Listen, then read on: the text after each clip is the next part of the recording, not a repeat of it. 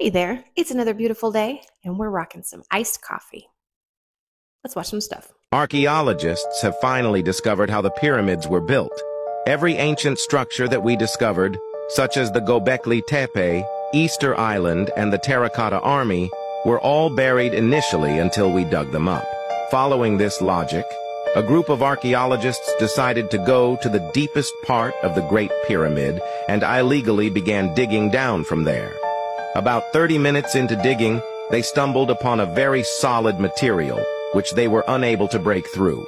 They then got some better equipment and began excavating. This is when they stumbled upon something impossible. They were standing right above a massive underground city, right beneath the pyramids. The archaeologists described that they were in shock and had found something like never before.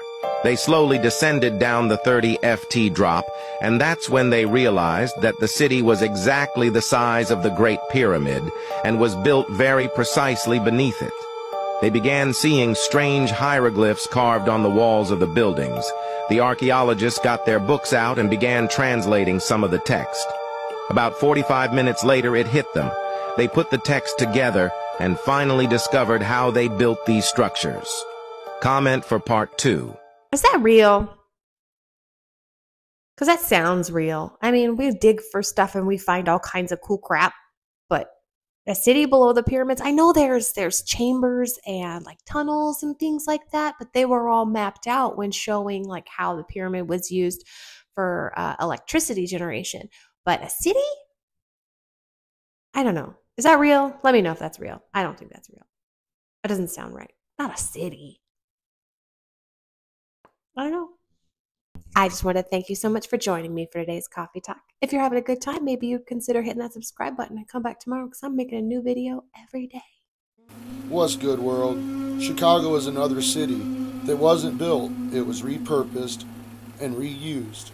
Look at the mud in the streets. Look at the buildings. Look at how nice the buildings are. And why are the streets in such disarray? That's your tell right there. It is the Great Reset.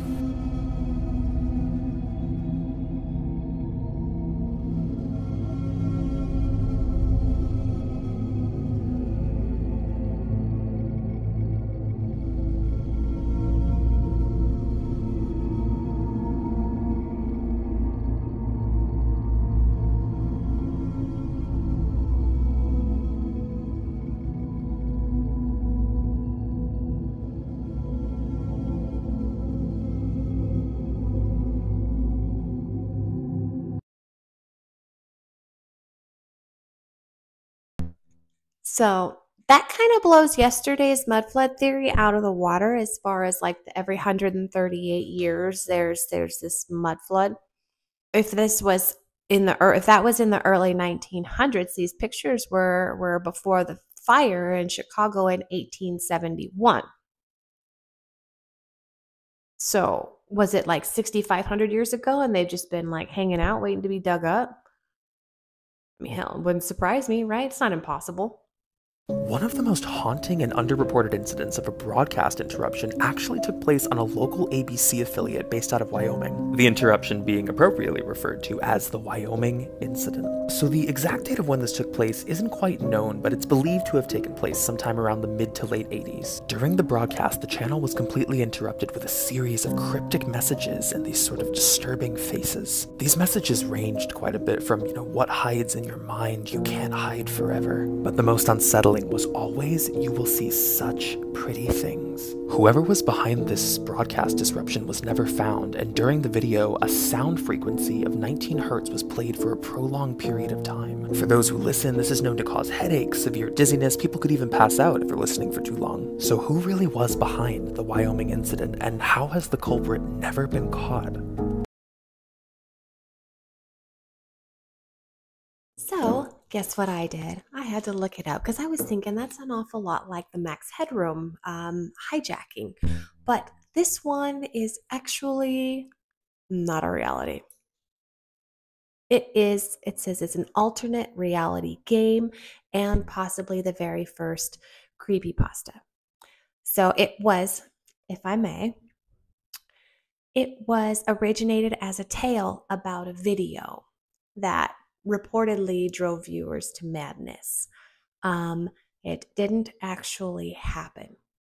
So there was no real Wyoming incident. Nobody hijacked the Wyoming TV and put that on. The Max Headroom story, however, is very, very real. That actually did happen, and nobody knows who did that. And I think that's probably where this spawned from, because it started in 2006. It wasn't actually in the 80s. Guys, save this and share this. Introducing Ectolife, the world's first artificial womb facility, powered entirely by renewable energy. Ectolife allows infertile couple to conceive a baby and become the true biological parents of their own offspring. You can edit any trait of your baby through a wide range of over 300 genes. By genetically engineering a set of genes, the Elite package allows you to customize your baby's eye color, hair color, skin tone, physical strength, height, and level of intelligence. The screen that displays real-time data on the developmental progress of your baby. These data are sent directly to your phone so you can track your baby's health from the comfort of your zone. Because babies can recognize language and learn new words while still in the womb, Ectolife growth pods feature internal speakers that play a wide range of words and music to your baby. Through the app, you can choose the playlist that your baby listens to. You can also directly sing to your baby and make them familiar with your voice before birth. Our goal is to provide you with an intelligent offspring that truly reflects your smart choices. After discharging the amniotic fluid from the artificial womb, you will be able to easily remove your baby from the growth pod. Everything is perfectly designed so you and your partner can enjoy the delivery process. Follow for more tea. That's got to be the plot for some movie. I know I just said that yesterday, but I'm saying it again today. That's got to be the plot to some movie. I mean, not that I wouldn't mind not carrying a child, but I didn't have any problems, carrying my own child. But I understand how difficult it could be for some people. But still, I don't think that's real. Remember a couple weeks ago, we saw that advertisement for the TV show Silo. I bet that's a part of that, because it said comfort of your zone. You can watch the baby from the comfort of your zone. What if there's like different zones in the Silo TV show where the people live in underground, and it's like multi-level underground stuff. And then part of it is just, hey, here's where the babies are. And it sounds like a whole bunch of hooey. The CIA pulled this book off the shelves before people ever had the chance to read it. It's by Chan Thomas. It's called The Adam and Eve Story, and it's supposedly what's going to happen at the end of the world.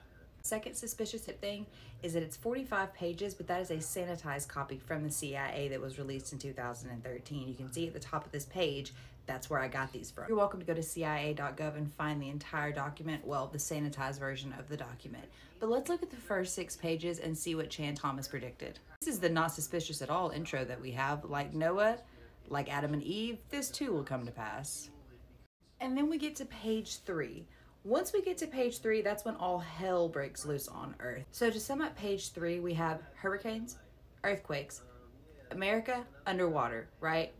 Destroyed. Within 3 hours, the fantastic wall of water moves across the continent, burying the wind-ravaged land under 2 miles of seething water coast to coast. What the fuck? And then on this page, he basically just says, it's not just America that gets fucked up, it's everywhere that gets fucked up. So on this page, he finally explains what the hell is going on. Now, the earthquakes and the hurricanes and all that good jazz that came along with it, that lasted for about 6 days. On the 7th day, the horrendous rampage is over, the Arctic Ice Age is ended, and a new Stone Age begins. A new era. Yes, the cataclysm has done its work well. The greatest population regulator of all does once more for man what he refuses to do for himself. I can see why the CIA pulled this. I totally want to read that. I gotta find it. She said you can go to cia.gov, and I looked, and it's like all super duper tiny and all in one long format, but I'm totally gonna read that. It's fantastic how they talk about a 2-mile tall like wall of the ocean just coming and just whooping over everything. I guess it's the way that because the crust is floating on a molten mantle, and then when the Earth's polarity switches, everything just keeps going until it rights itself. But the oceans, keep moving. If you want to see a really good visual on that, look at the Y Files. I love his videos. He's fantastic. He does a really good one. It was like a year or so ago. It's amazing. He'll talk all about the Adam and Eve story and its predictions, and it's fantastic. The legend of the lost continent of Mu has captivated the imagination of people for centuries. The origin of the legend of Mu dates back to the 19th century when Augustus Le Plongeon, a French explorer, made claims that he had discovered the ancient civilization of Mu in Central America. He claimed that the civilization was a remnant of the ancient Atlantean culture and that the ruins he had discovered were evidence of this.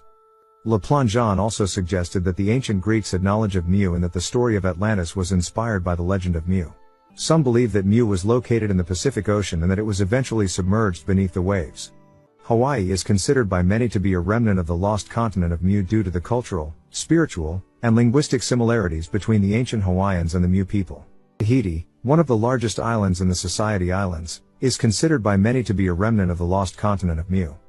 So I realized yesterday I called Lemuria, and sorry about that. But thinking about this continent of Mu and where they suppose Lemuria was, they were opposite each other. I think from what I'm recalling, they were opposite each other like this, right? What if those used to be at the poles previous to the last shift where they switch around and then the poles, the ice caps become like this, right? And then they melt and that's why they're gone. And all that's left is these little bits of island because they were solid when they were here. That's insane, right?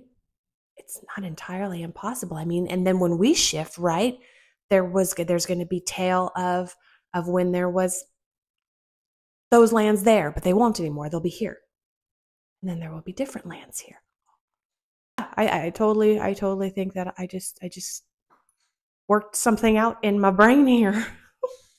Oil is derived from human remains.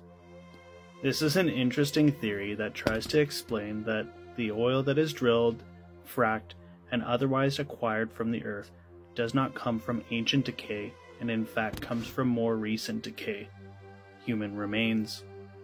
According to this theory, the oil industry conceals this information to maintain control over the production and distribution of oil, while using alternative explanations for its origin. Oil companies, governments, and other influential entities intentionally keep the true source of oil a secret, theorists believe, and that the process of fossilization is not as lengthy or complex as mainstream science describes it, and that the human bodies can transform into oil relatively quickly. Could you imagine, like, you're going by like a graveyard and you just see all those like pump jacks just sucking human remains up so that you can like use more Ziploc bags? Like, truly dystopian.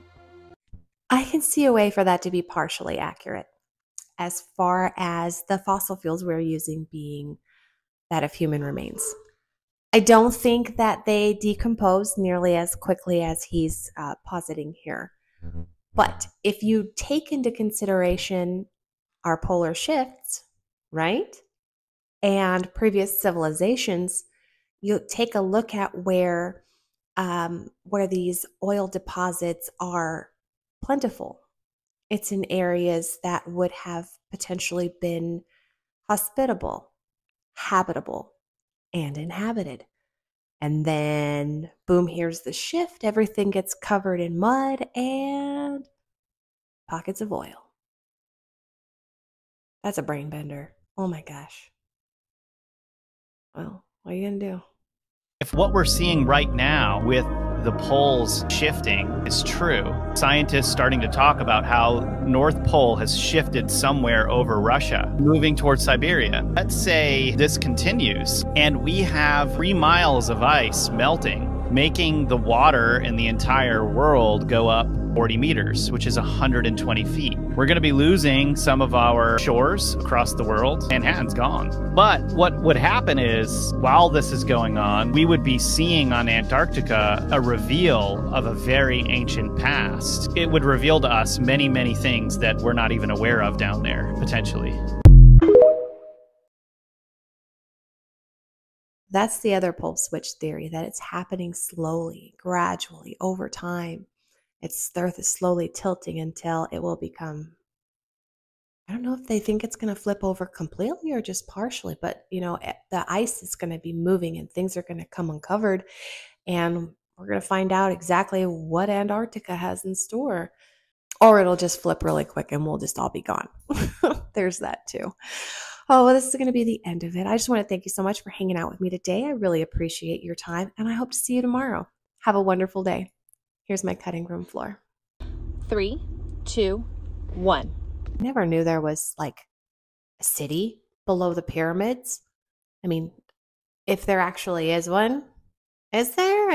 All of the days I'm here making these videos. It's kind of fun. I like it. And that predates it by like 60 years. No, by like 30 something years. I didn't do any math. I let that math slide. And they were just sitting there, just hanging out, waiting for people to come along and dig them up. It's not impossible. It's not even improbable. That's very probable. Oh, forgot to light my candle. It makes it smell like delicious in here. I did it again. The more you know, the less you think is cool. Because that was pretty cool until I realized it wasn't real. And then they can make up the babies. They can make the babies do whatever, like they grow whatever talents and physical attributes that they want. That sounds an awful lot like the beginning of Superman, where they have all the babies in the little pods and stuff, right? That's what that sounds like. Everything. It's because the way the crust sits on a molten mantle, it's going to shift itself. While the inside does the flip, right?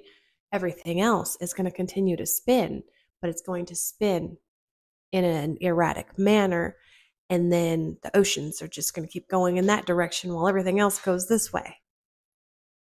If you can imagine it. So, yeah, whoops, I made a mistake. And then the shift caused them to get washed away or to melt.